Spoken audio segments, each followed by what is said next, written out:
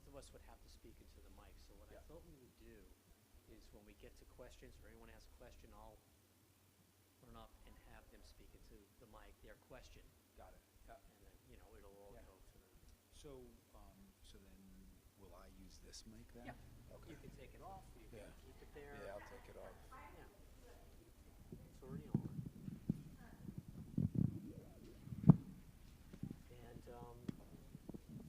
And you have 60 slides. I never use them all. I didn't think you said I just have them just for the.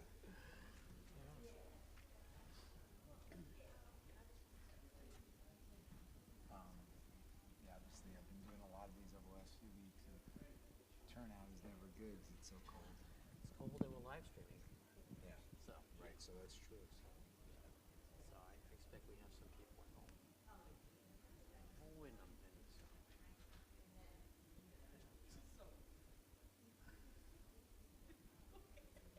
I guess. Do you ever know how many people are on at home? He would. Yeah. Yeah. Chris up in the booth would. I think he can see, who is. Yeah. But then again, no, it's a YouTube channel. I'm not really sure we can. Yeah. What's the latest with your son? Is he 12 yet? Yeah. Yeah. He got into Binghamton. He got into Quinnipiac. We'll see. We'll see from there. Yeah. Now, do you already get the financial package from Quinnipiac? Yeah. Oh, they already sent it. They sent me something. Because some people don't seem like they have, like, some people are like, oh, I got into X, Y, and Z. And I was like, okay, well, what are the relative costs? And I go, oh, we don't have that information yet. Well, he tried early action, so maybe that was the difference. With Binghamton, it's pretty straightforward, right? Yeah, we didn't get an impact from them yet. This is pretty much more. Is that something? Yeah, it doesn't exceed $30,000, so So is any student like is it tuition and board is under 30? yeah, it's a good choice. It's just going to come down to some of the factors. Like Quinnipiac has a 7-year PT therapy program that he got into, whereas Binghamton, you have to major in anesthesiology and it's a wider graduate program, so it's a bit of a drawback. Yeah. But, Yes. So that's interesting. I should not that I should know this, but I should realize too. So in Quinnipiac, like you would literally be there for 7 years, right? It is. And that's why I even said to him, you might do 4 years there and say, I'm going to come home and go to Stony Brook for credit. Like that could happen too. So. And there's no penalty for that. It's like, hey, you got it, it's a 7-year program, but you decide after 4 years you're going to go somewhere else. We'll see. But, no, I said, I guess we were going to discuss some of the ACT changes tonight. Yeah, and sometimes I don't like to talk about them too much because people just kind of shut down. You know what I mean? Like, they don't want to hear every in and out. Although it has been interesting, people who have collected the data are saying that students are scoring much higher on paper and pencil. Yeah, I shouldn't say much higher, but it's statistically significant.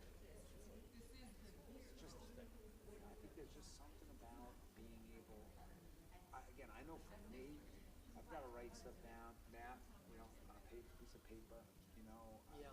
I We mean, get new scrap paper. yeah, right, but it's like when it's on paper, you don't have to recopy like diagrams, and then even like the science, I mean, like yes, I'm wondering if it's more just because that's how I've been my whole life, Yeah, I think they're more used to it. I mean, my son preferred the paper, but now he's just resigned to the fact that Yeah. it's going to be digital, and then, that's that. But he's scored about the same. He just couldn't crack 1,400. So he was right under 1,400. But he did start with methodize, and I tout that. I said, 10th grade, he just wasn't ready for a course or a tutor or anything like that. Okay.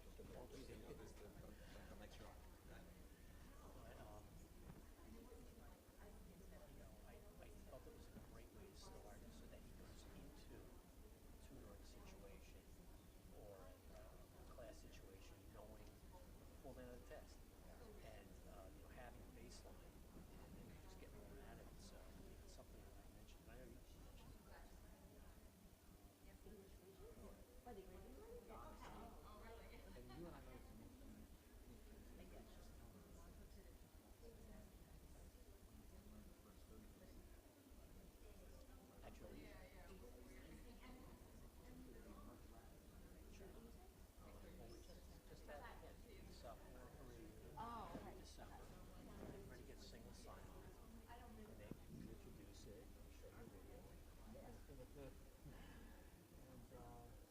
they seem excited at the time, but it's actually something that they follow through.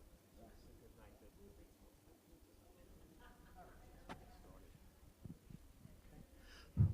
Good evening, everyone. I'm Frank Musio, the Director of Guidance. And tonight begins our first part of our four-part series on college admissions.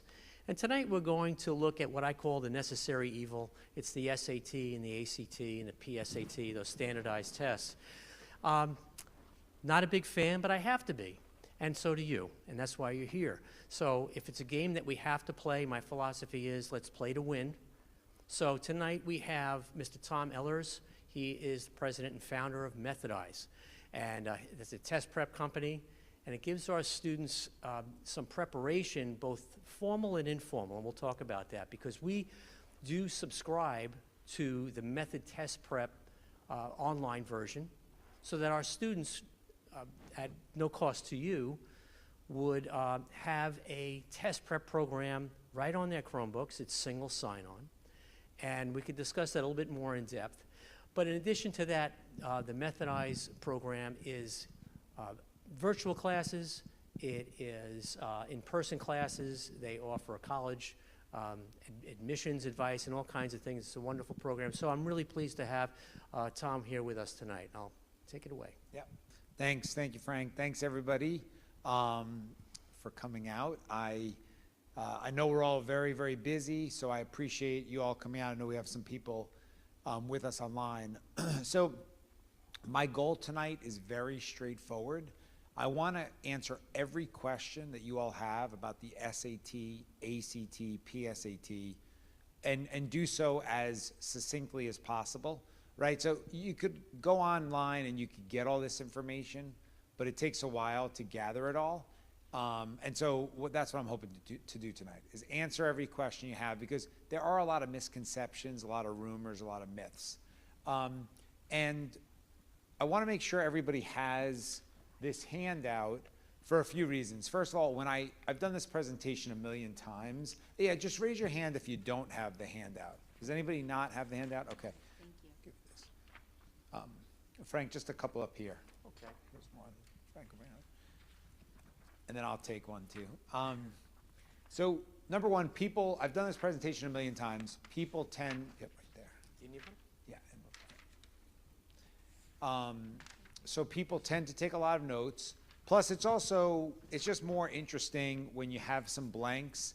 Some people like to try to fill in the blanks or try to, guess before I get to the answer. And it's just a way of keeping the presentation as engaging as possible. So anyway, so feel free to take notes all around this sheet. I will share a lot tonight that you'll probably want to jot down.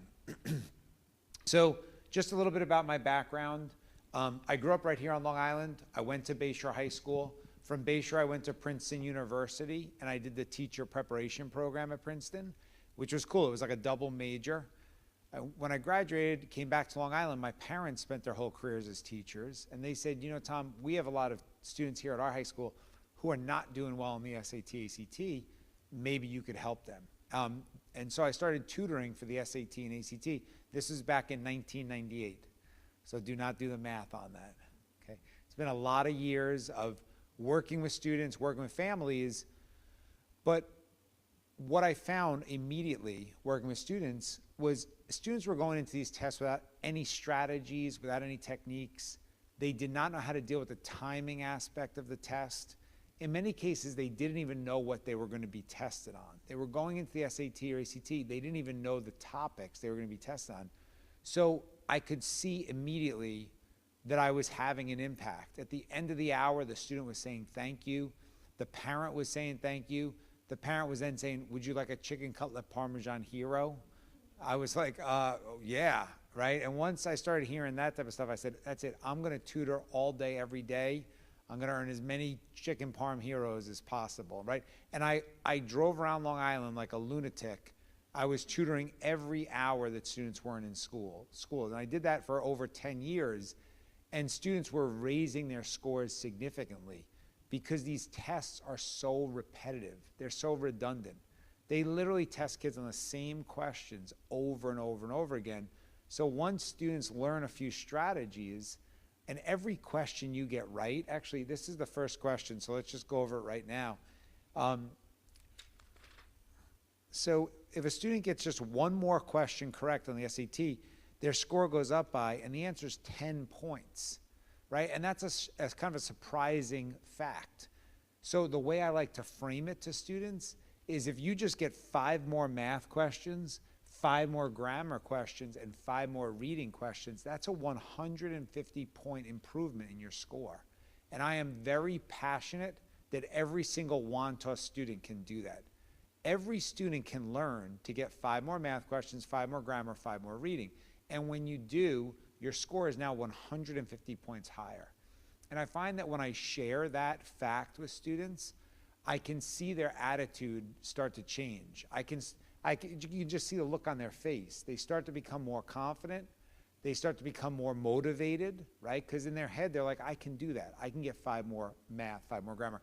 And they start to become more optimistic. And then now they're working a little harder for me.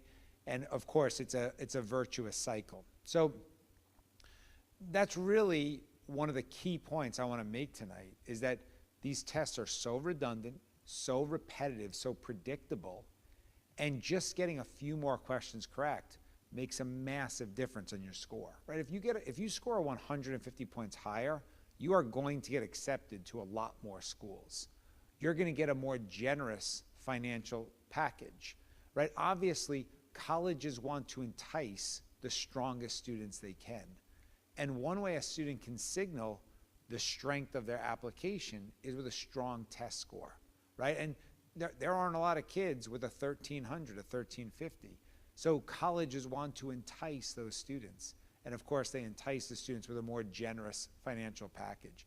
So again, people have said to me, wow, it's the SAT and the ACT and the college admissions process has changed so much over the years. And in some ways, the process, yeah, it's gone through these kind of waves, or it's changed, whatever. But in some ways, it really hasn't changed at all. Because those first couple of calls I got in 1998, the parent would call and say, my son or daughter needs some help on the SAT or ACT. We're really looking to get a little bit more money from schools. Or they have 3 or 4 schools they'd really like to get into. They know if they score higher on the test, they have a better chance. So right, in some ways, really nothing's changed, because I'm getting the same call here in 2025. Families are basically saying the same exact thing. Okay, so I'm going to race through I'm going to race through a lot of information. I don't think I'm going to go too fast, but of course, please raise your hand if you have a question. Matter of fact, does anybody have a question so far? Okay, so I'll go quickly because I want to get through a lot in a short amount of time, and then of course I can come back to things if people would like. So we kind of covered this already. Our goals tonight, very straightforward. I want to help everyone use higher test scores to get accepted to more places, to have more choices, right? Nobody wants to apply to 9 schools and only get into 2. I want to help you have as many choices as possible, and having a strong test score helps you have more choices after high school, and then to earn more in academic merit aid. So these are incredibly important goals, obviously, and they're also very achievable goals. They're very realistic. Okay, this is a surprising graph. This is the percentage of students who are going on to a college or university who had an A average in high school. So UCLA has been keeping this data since at least 1965. In 1965, about 25% of students were going on to college with an A average in high school. Today, it's 85%. Grade inflation has been rampant for a long time now. I'm sure many of you have seen a newspaper article or a headline. The grade inflation was rampant before the pandemic. And then since the pandemic, it's accelerated. So the point is, most students who are applying to these selective universities are applying with an A average, right? So you can't stand out by just having an A average. You need something else. And this whole notion of test optional, all that means is you don't have to submit a test score to apply, right? You can apply to a school without a test score. But the data is showing that students who apply without a test score, they're not getting accepted at the same rate. That's number one. And then number two is there better be something else in the student's application that makes them stand out, right? Because if they don't have a test score, then the college is forced to look at the other aspects of the application.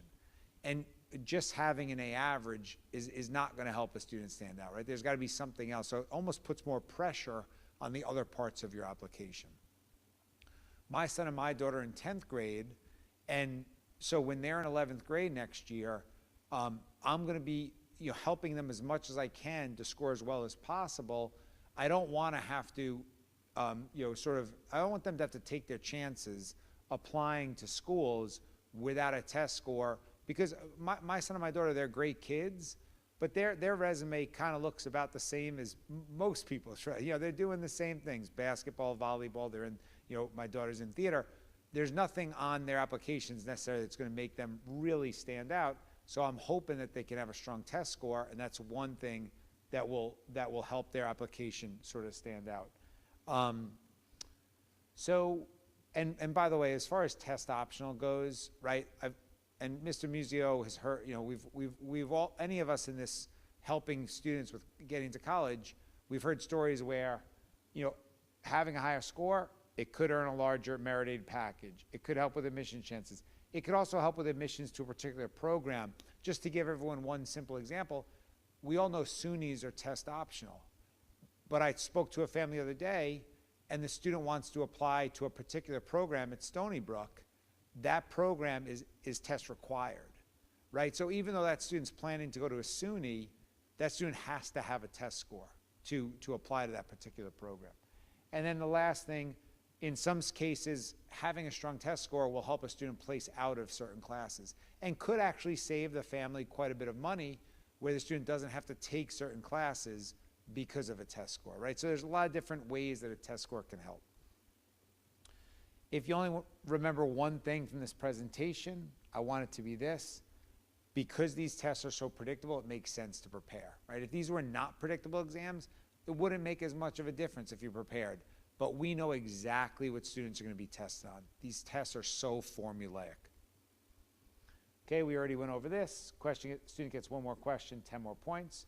So here are the averages, and these numbers surprise a lot of families, especially here on hyper-competitive Long Island. So question 2, what is the average score on the ACT?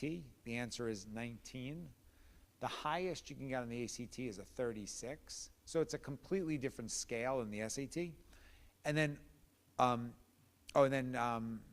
what is the average score on the SAT? So it's about a 1030, you can see up there. And the maximum score is a 1600. So just some data points, and one of the reasons I share this is I get a lot of calls from families where they say, oh, my son or daughter took the SAT for the first time. Oh, they didn't do so well. They got an 1150. And I say, no, 1150 is way above average, right? So 1150 is a great starting point.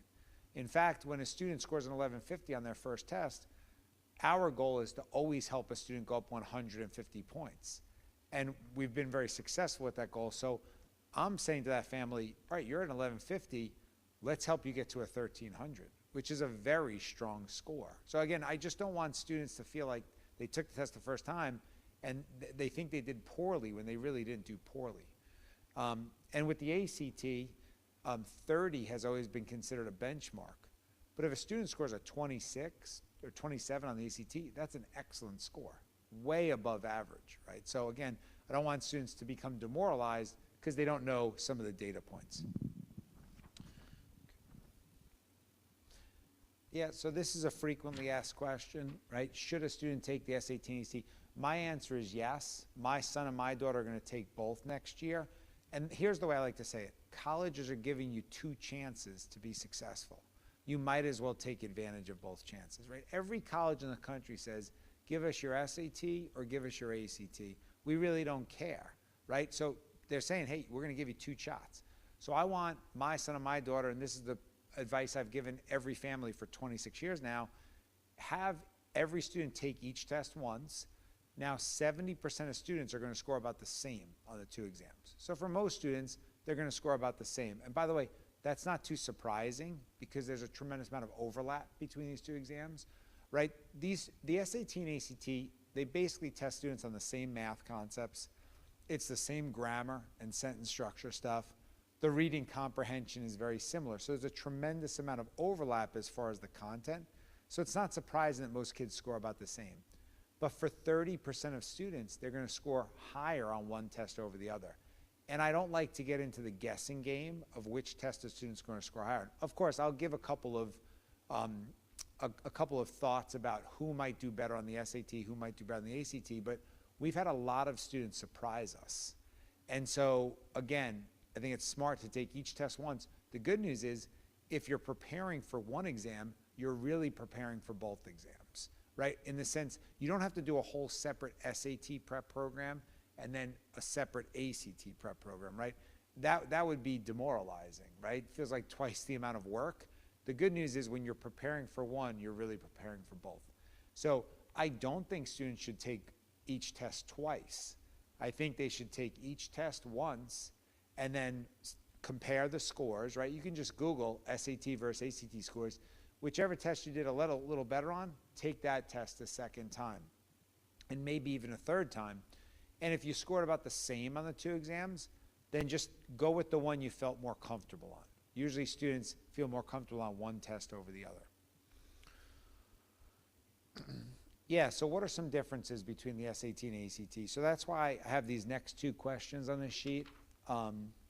So question 3, how many sections are on the ACT? The answer is 4. How many are math sections? The answer is 1. On the SAT, how many sections? 4. But how many math sections? 2. So obviously that's a massive difference percentage-wise, right? The ACT is only 25% math. The SAT is 50% math. So if you're stronger in math than you are in verbal, you may feel more comfortable on the SAT because half of your score is going to come down to how you perform on those 2 math sections. If you're stronger in English, you're probably going to feel really comfortable with the ACT. And let me explain why. The ACT, you have the ACT English section. They test you on the same grammar rules over and over. It's a very redundant, it's the most predictable section. So students who are strong in English can do really well in that section because we know exactly what you're going to see. You're going to be tested on. Then you have the ACT reading where they give you all the answers in the passages. You just need to move quickly and go back and find those answers. But for students who are strong English students, I want them going into that section with a chip on their shoulder. I want them going in saying, I can do really well on this. The answers are right there. I'm a strong English student. I can go back and find these answers. And then you have the ACT science reasoning section. It's not a science facts section. They give you a chart, a table, a graph, a couple paragraphs. You have to pull information out of what they're giving you. So it's essentially a reading comprehension section. So now that's 75% of the ACT. So again, for a strong English student, I want them understanding that and going in expecting to do well because they're just going to use those verbal skills. So another key difference between these two exams, on the ACT you get less time per question. So you have to move very quickly.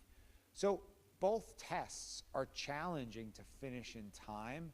The ACT is even more challenging to finish in time. Okay, so for students who are naturally fast workers, they may feel fine with the ACT, right? And people say, well, if you get less time per question, why would anybody take the ACT? The answer is because the questions, on average, are more straightforward. They don't take as much time. So you don't get as much time per question, but you don't need as much time per question because the questions are often not as involved. So for students, like when I was growing up, you know, again, my parents both spent their whole careers as teachers, so they were like, you know, if they give you 3 hours for a test, take 3 hours, right? Double check, triple check, be very methodical. You can't operate like that on the ACT. On the ACT, you have to read the question quickly. You have to maybe cross out a couple choices, maybe look at the 2 you have it down to, and you have to just go with your instinct and quickly move on. And that's uncomfortable, especially for people who are used to really taking their time. But that's how you have to operate on the ACT. Now, the good news is, a lot of the times, your first instinct is going to be correct. Because, again, it's not a very involved question. You just have to get comfortable operating in that different manner. So those are a couple of key differences between the SAT and ACT. Let me just see a show of hands. How many 11th graders or parents of 11th graders? Okay, bunch. And then 10th graders, parents of 10th graders, couple. Okay, any 9th graders, parents of 9th graders? The reason I'm asking is the ACT is undergoing some significant changes this year, and I'll go through them in a minute. I don't want to spend a big part of this presentation, but so the ACT is undergoing changes. So for 11th graders, they'll be impacted over the course of the next 9 months as the ACT goes through these changes.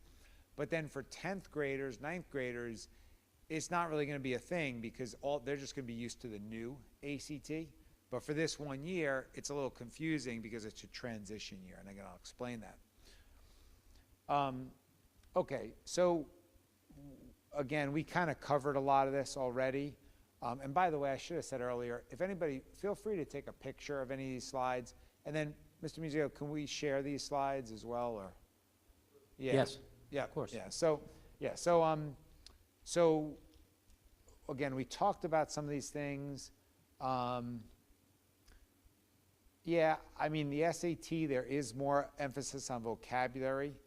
In my methodized program that Wantagh provides to every student, we do have a vocabulary builder section, a very straightforward way for students to improve their vocabulary.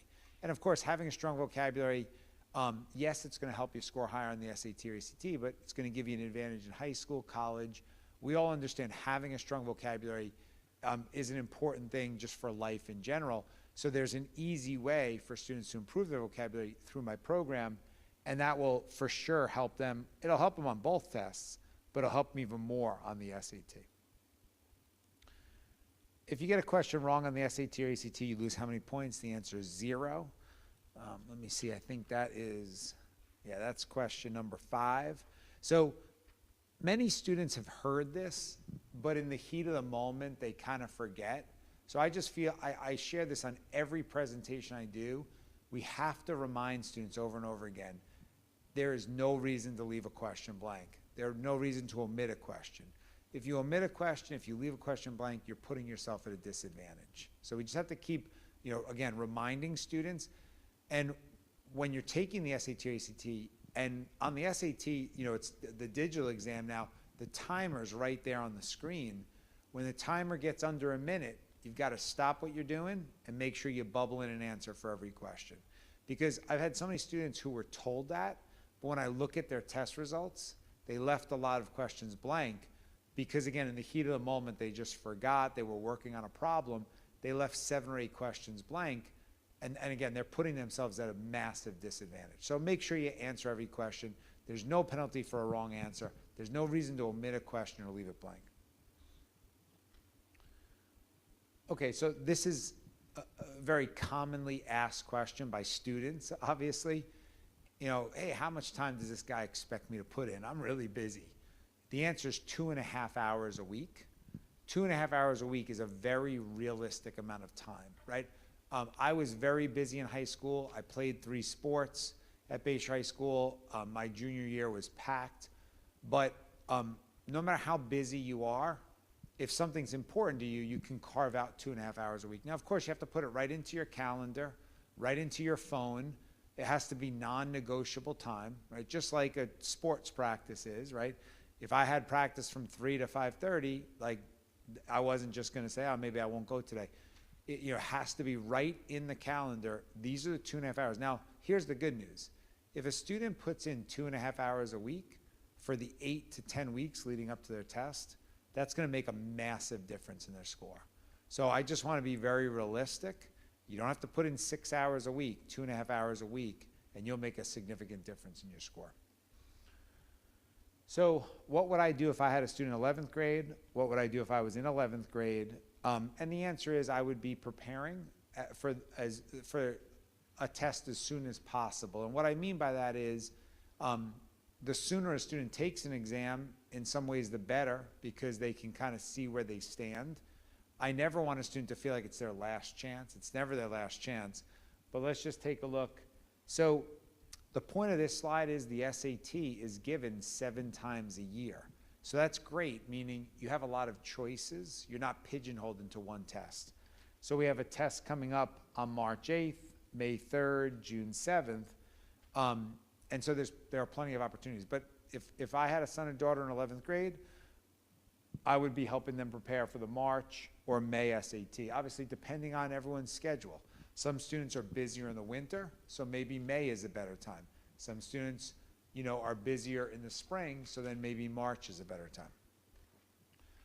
The ACT is the same way. It's given 7 times throughout the year. So these are the test dates for this school year. And this is essentially what every school year, right? 7 different chances. Okay? And of course, I know I'm going a little fast. You can just Google this information and it'll come right up. Tom, can I jump in for a second? As far as registering for SAT specifically, we are a test center. Wantagh High School is a test center for every one of those test administrations with the exception of August. I find that we have more than half of the registrants being out-of-district students from MacArthur, and they're from Massapequa and so on. I'm saying to everyone in this room and anyone watching us on live stream, register now for the March, register now for the May. You'd be amazed how quickly it fills up. And then parents call me and say, is there any way I can get my kid in? And then I call College Board and I try to increase our capacity, whatever, but it's not always successful. So if you want to take the test at Wantagh, some students don't. Some students say, I don't want to see friends. I want to just be in a place where I don't know anybody and I can just focus. That's entirely up to you. But just keep an eye on those registration dates. That's not when the registration opens, that's when it closes. So back that up even as far as 2 months, and you'll get the site that you want. Especially August, there are no test centers, right? And so it's, it really pays just to plan ahead. Yeah, it's first come, first serve. Nobody wants to drive any further than need be. So, so this is actually a very important slide. The ACT, certain ACTs have a massive advantage, and that is you can pay an extra $20 and the ACT will show the student all the questions they got right and all the questions they got wrong. So a student can actually learn from their mistakes. And it's tragic to me, doing this now for 26 years, most parents, I speak to probably 50 parents a week from all over Long Island, all over the country, and it's rare that a parent is really aware of this. Again, this is like the most valuable service the ACT can offer, right? Because you can learn from your mistakes, and then you're going to see very similar questions the next time you take the ACT. So my son and my daughter, they're going to take the ACT in December of their 11th grade year, and what I'm going to say to them is, you're not taking it in December of 11th grade because it's ultimately going to be your best score. You're taking it in December of 11th grade so we can see what you're doing wrong, you can learn from your mistakes, use that as a springboard to a higher score. Now, they're offering the same service next week in February. So for 11th graders, they can take that. And then also, you can take the September ACT and you can see what you're doing wrong. Unfortunately, the College Board does not offer this service anymore. So actually, let's just make sure we fill out the blanks here. So, so question 7, the first blank is the ACT TIR service, stands for Test Information Release. And this service is offered in February, September, and December. So that's a massive advantage. The other months that the ACT is offered, you can't order this service. So you won't be able to see which questions you got right and wrong. Now, the SAT does not offer this service anymore, but question 8, the best way to get comparable insight on the SAT is to use, and it's the College Board Blue Book app. So that's the same app that students are taking the official SAT on and taking the official PSAT on. So in that app, the College Board has done a nice job. There are 6 full-length practice exams. So students have 6 opportunities to take a full-length timed exam and get a really accurate sense of where they stand. Good news is it's not the 4-hour ordeal it used to be. Now to take an SAT is about 2 hours and 15 minutes. So again, this is what I'm going to tell my son and my daughter this summer is, I'm not going to ask them to do 11 hours of SAT prep a week. Obviously, they would, that would not be successful, right? But I'm going to tell them, you need to carve out 2 hours and 15 minutes a week, and over the course of 6 weeks, you're going to complete 6 full-length practice exams. And as you all can imagine, there are thousands and thousands of students around the country who are doing every one of these 6 exams because they want to get into these selective schools, right? So it's almost like table stakes. Like, if you're serious about doing well, you've got to do these 6 practice exams. The good news is if you do, you're going to have a really accurate sense of where you stand, right? Because they're going to give you a score each time. And then you can look at every single question you got wrong, and you can sort of reverse engineer it. Say, wait, how did I get this wrong, right? There's explanations as well. And you can say, how did I get this wrong? How did they trick me? What was the little trap? And as you do more of these questions, it starts to become real obvious what the traps are. And again, they repeat the same traps. So a lot of times when a student does one of these practice exams, they can figure out a lot of their mistakes on their own. Now, of course, if there's a few that they can't figure out their mistake, they can work with a tutor, they can work with a teacher, a parent, a friend, and figure out why they got those questions wrong. But that is incredibly efficient, an incredibly efficient, effective way to get the best score possible. So anyway, that's the best way to get that same insight for the SAT. Let me pause for a second. Questions? Any questions about SAT, ACT, PSAT, or anything I've shared so far? All right. Yeah, so what would I do if I had a student in 10th grade or if I was in 10th grade? And now this, my joke is, oh my goodness, I do. All right. Did this for so many years, not having kids myself, but it's really, it's nice going through this as a parent at the same time, right? So, so I can explain to everybody, this is exactly what I'm doing with my son and my daughter. But what I've told my son and my daughter is, 10th grade, put all your energy into your academics. Try to get the best grades possible. Of course, take the most challenging courses. I don't want 10th grade families to feel like they have to start SAT prep right now. Starting the summer before junior year is very appropriate. We all know 11th grade is very busy. So getting some prep done in the summer before 11th grade, that's what my son and my daughter are going to be doing. So, and yeah, feel free to take a picture of this slide. The timeline for 11th grade, very straightforward. Take the PSAT in the fall. A lot of people get confused because they took the PSAT in 10th grade, so they think, oh, I don't have to take it again. 11th grade is the best time to take the PSAT. It was designed for 11th graders. So even if you took it as a 10th grader, it makes every student should take the PSAT in the fall of 11th grade. And then, again, my son and my daughter are going to take the ACT in December just so I can see what they're doing wrong, so I can order that TIR service. And then for some students, taking the SAT in the fall or the winter makes sense because they're taking advanced courses, they've prepared over the summer, right, they're ready to do well. And maybe they're going to be really busy in the spring. So they want to get one SAT under their belt before, maybe they're playing a sport in the spring, whatever it is. Now, one thing I will say is, you hear so many parents or so many families say to me, hey, Tom, we really want to get this over with as soon as possible. We want to get a great test score, and then this way we can move on to the other things. And of course, we all get that. But keep in mind that students are often going to get their best SAT or ACT score either in the spring of their junior year or the fall of their senior year because they have so much more school under their belt. I ended up getting my best SAT score in November of my senior year. And really, that's not too surprising, right? Because I had my entire spring of junior year. I was learning a tremendous amount of material. Then I had the summer before senior year. It's not like I studied 10 hours a week, but I did some stuff over the summer. And then I had a few more months senior year where I was taking, AP literature, obviously improving my reading comprehension, improving my vocabulary, improving my writing skills.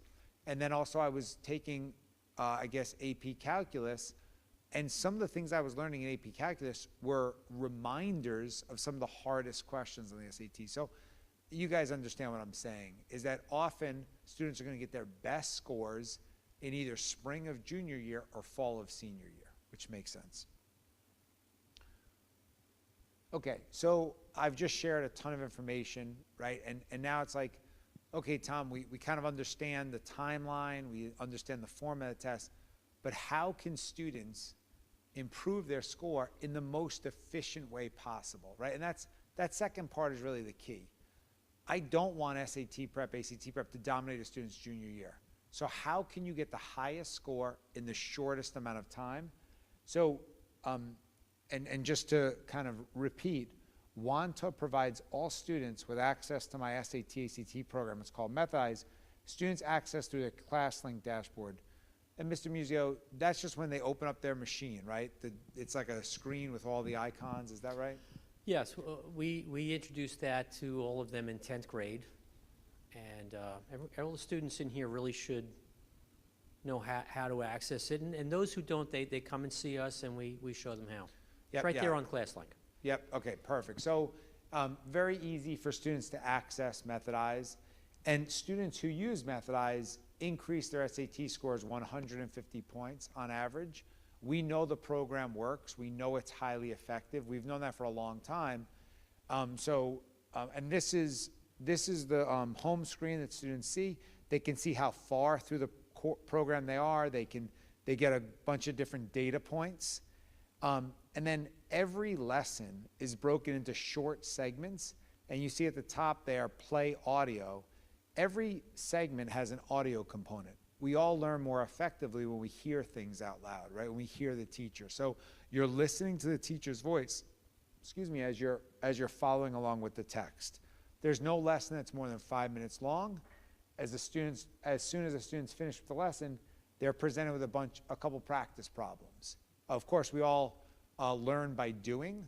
So students are trying a question, they're getting immediate feedback, told if they're right or wrong, and then students are given a variety of explanations. So there are written explanations, there are video explanations. Students can choose the explanation that's most helpful to them. And in the explanations, the teacher's saying things like, if you ever see a question like this is how you're going to handle it every time. These are the underlying strategies. These are the underlying techniques, right? So not just teaching a student how to do that question, teaching a student how to do any question like that question. We also have full-length exams. So you can see at the top, this is full-length exam number 2. So in addition to the 6 practice exams on the College Board Blue Book app, Wanta students have 3 additional tests they can take, right, and get a really accurate sense of where they stand. Here's the vocabulary builder, where the program's keeping a personal word list for every Wanta student. Okay, and the goal is to get more words into the right-hand words mastered column. So as far as the changes to the ACT, right, and this just affects 11th graders, but I know majority of folks here are 11th graders. So let's start with the bottom, the 4 changes. So the 4 changes are, the ACT is going to become a much shorter exam. The ACT has been criticized as for being too long, that it's more of a test of stamina and endurance than it is a test of what students know.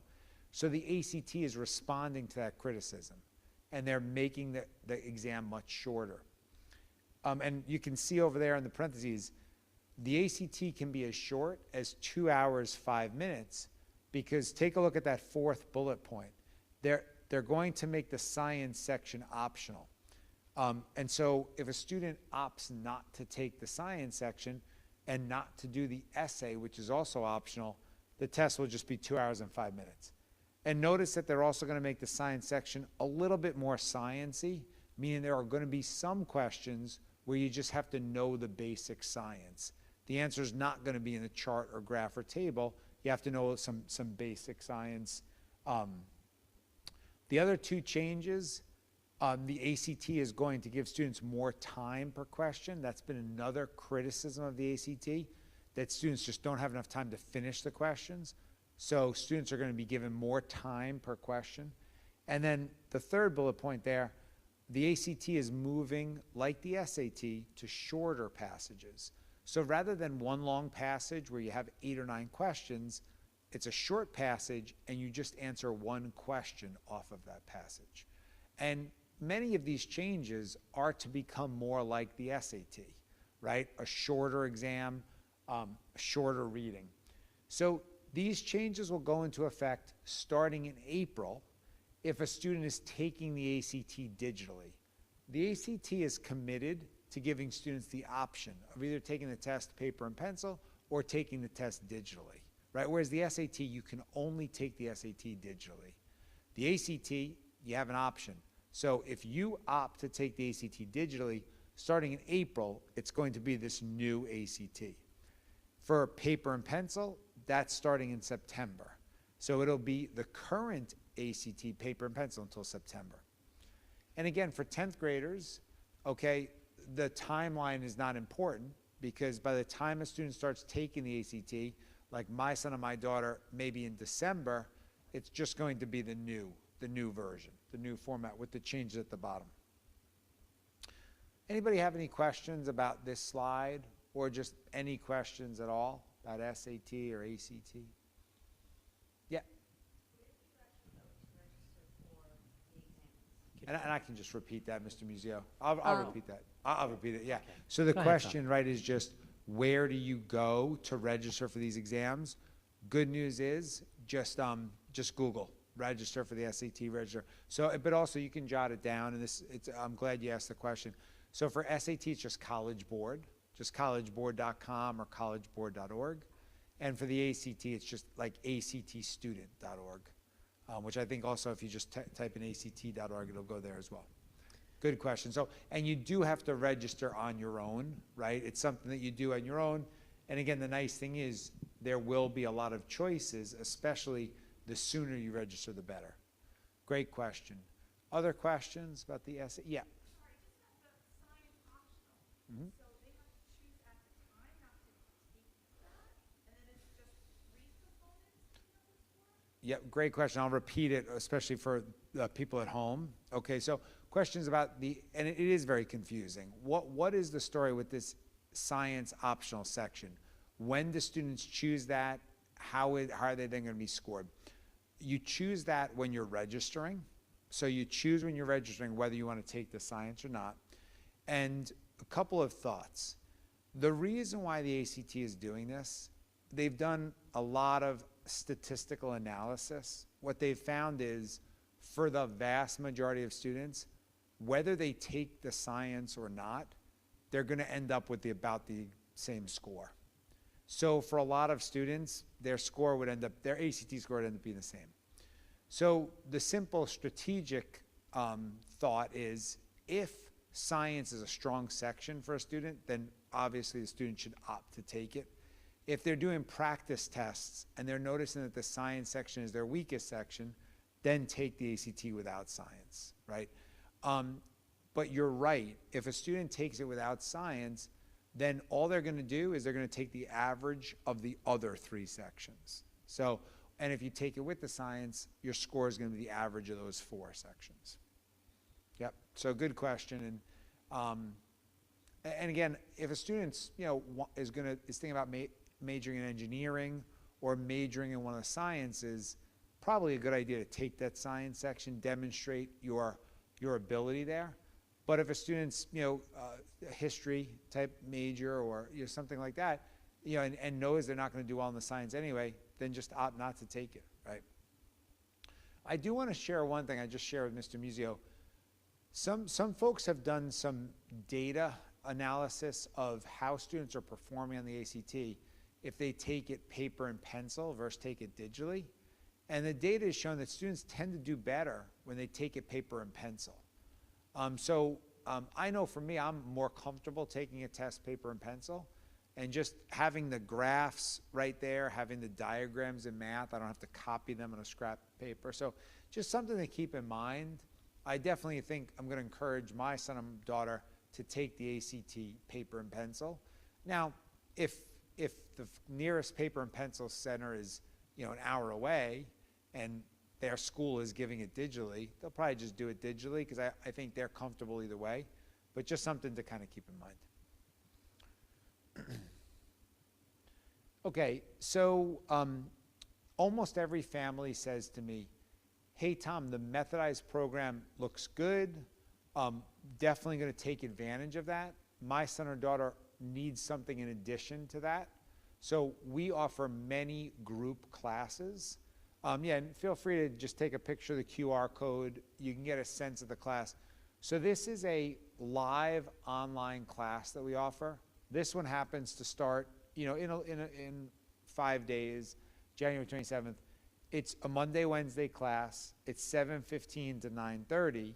Now, I think this one, we say it's like a Belmore Merrick class, but Belmore Merrick is happy for students from other districts to take the class. So it doesn't matter. It's a Belmore Merrick class. And really, this is just one example. I shared this one tonight, obviously, because people are generally looking for something starting sooner rather than later. We have plenty of other classes. So you can just go to our website, Method Learning. You'll see a lot of different choices. Of course, we also do a lot of one-on-one tutoring, both in person and online. One-on-one tutoring, of course, is the most convenient. That's why a lot of families prefer. They can pick the days and times. Also, one-on-one tutoring is the most efficient, right? In 1 hour, you can get through a lot of material. So we do one-on-one tutoring in person, online. We do group classes, both in person and online. And I end up having many one-on-one conversations with families. So if anybody's interested, they can take a picture of that QR code and book a time to talk with us. Of course, you can, our contact info is at the bottom of the sheet as well. Let me just see. I think there are 2 or 3 questions we have to answer on this page. Yeah, so question 9. Vocabulary is more important on the digital SAT than it was on the previous SAT. That's true. So there are many questions on the SAT now where it's just a glorified vocabulary question.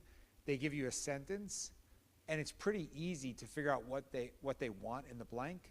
But you look at the 4 choices, you don't know what those 4 words mean. So then you end up just guessing on that question.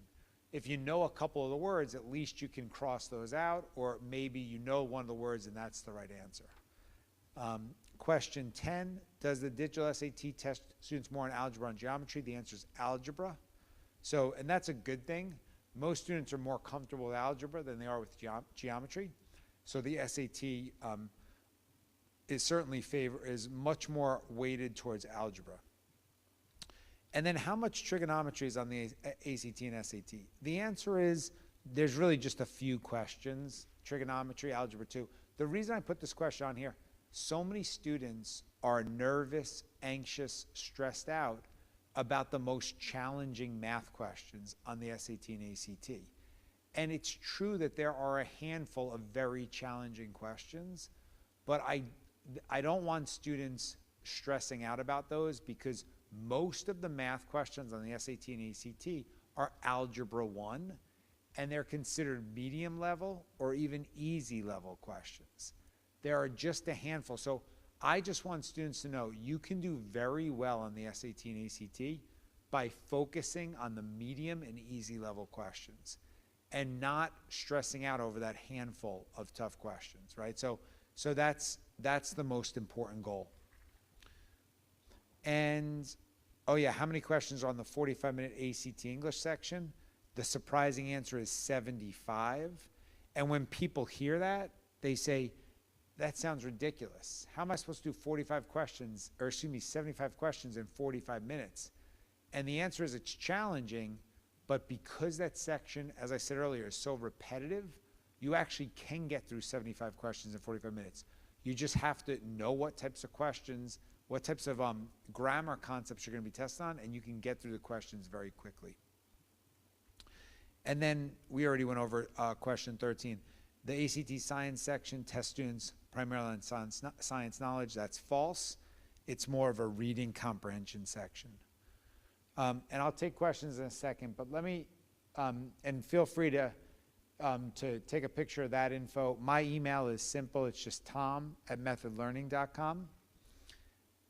I wanted to show for a quick second, this is what the College Board Blue Book app looks like. This is what the app looks like when students take the SAT. Two things to really emphasize. You see on the left-hand side, there's a graphing calculator built in to the app. It's a very powerful tool. It's called the Desmos graphing calculator. Students who are comfortable with this calculator can answer half of the questions just by knowing what to plug into the calculator. So, and we have a whole series of lessons on how to utilize the graphing calculator. So it's crazy to say that 50% of the math questions can be answered just by knowing what to plug in. You don't even really have to know the underlying math. You just have to know how to use your calculator. So that's an incredibly powerful tool, gives students a huge advantage. And then you can see at the top, the timer's there. Now you can hide the timer, but I strongly recommend students don't hide the timer, because when you hide the timer, your mind plays tricks on you. You think you have less time than you do. Better to just keep the timer right there. Also, notice at the top right, the reference tables. It's really a shame. A lot of students either don't realize they're given a bunch of formulas or they forget. And so let me just skip to the formulas. So students are given all of these formulas. Now, you don't use these formulas on a ton of questions, but you certainly use them on a handful of questions, and it's a real shame. I've had tons of students who are like, oh, I forgot that they gave me such and such formula. So all this is there for you if you just click on the reference tables at the top right.